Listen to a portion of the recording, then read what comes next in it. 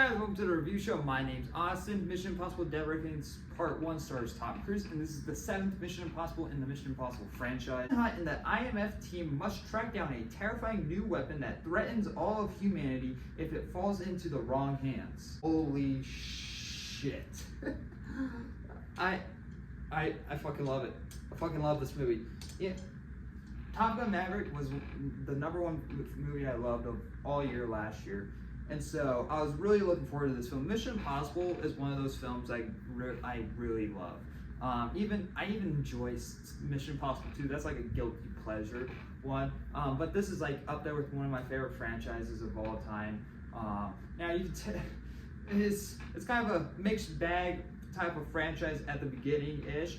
But you know, those first 3 films though, because those are the 3 films that not a lot of people enjoy, are still fun. Like they don't really have the feel of what these new ones have, which is real stunts and actual characters.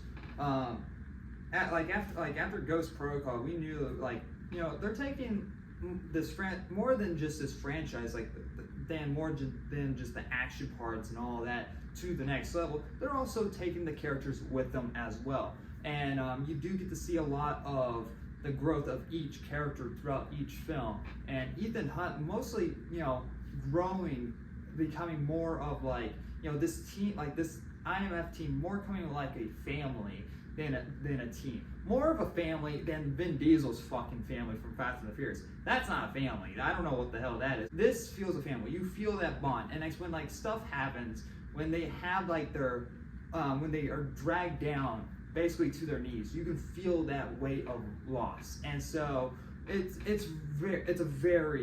film is a lot of fun, and it definitely hits certain notes that I was expecting going in. I was like, I sort of expect what was going to happen, but I was still kind of shocked that they even gone through to the rate that they did.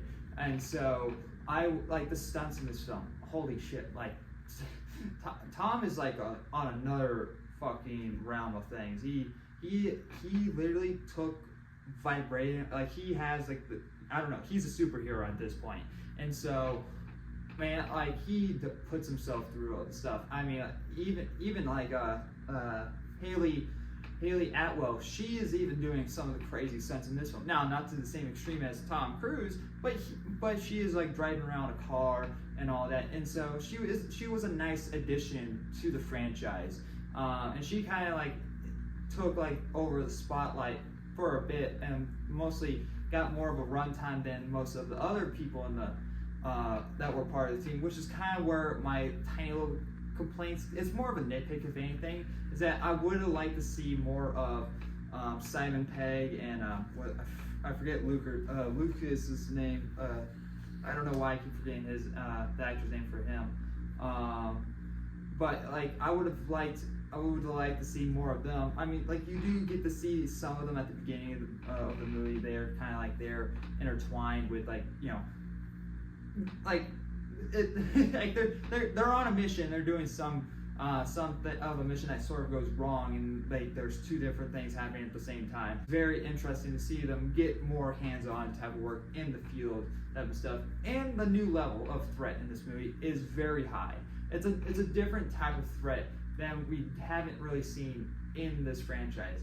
A threat that is coming more real every single day in the real world. So it's actually very common at this point in reality. It's this is something that can actually happen.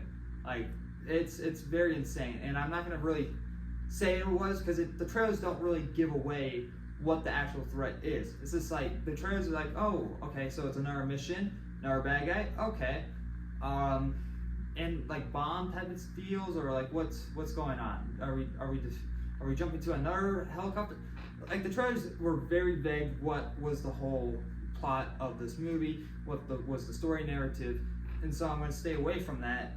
But it was very interesting. I was like, okay, yeah, cool. We're going to this route. I'm curious what they're going to do for the next one, because I feel like the next one's going to even top that, because the way that the movie ends, it's kind of I know that Tom Cruise is a very real, stuntable person, and he wants to make everything real.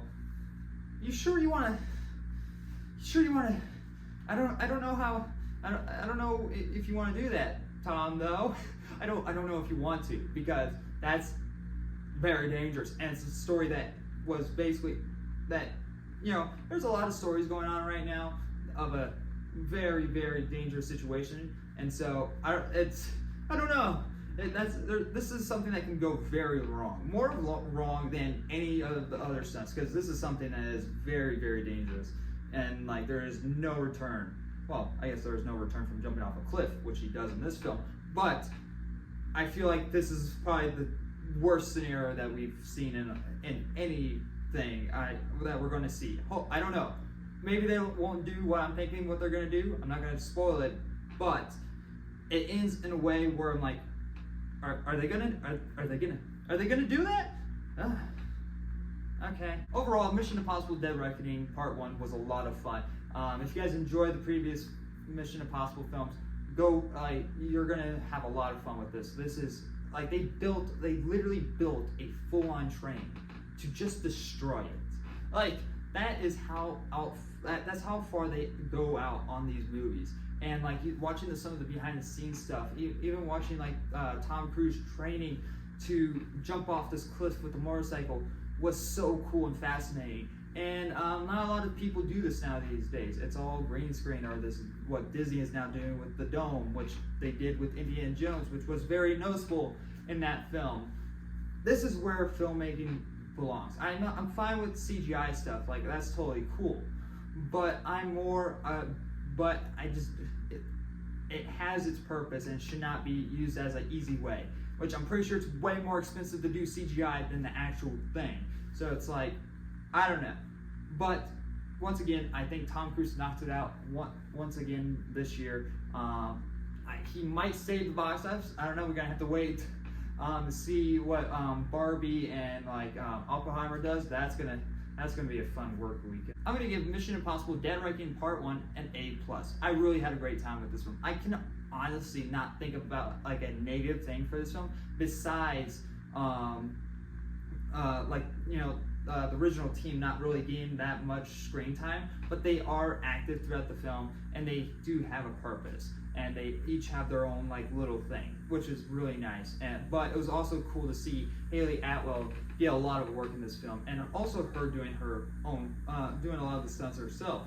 But yeah, this was a lot of fun. I can't wait to see it again. Go check it out when it comes out on theaters on July 12th, which I guess in this case it would be July 11th, because so yeah, go check it out. It's a really great film. Anyway, guys, thanks for watching. Like always, I'll see you guys in the next review. Bye, guys.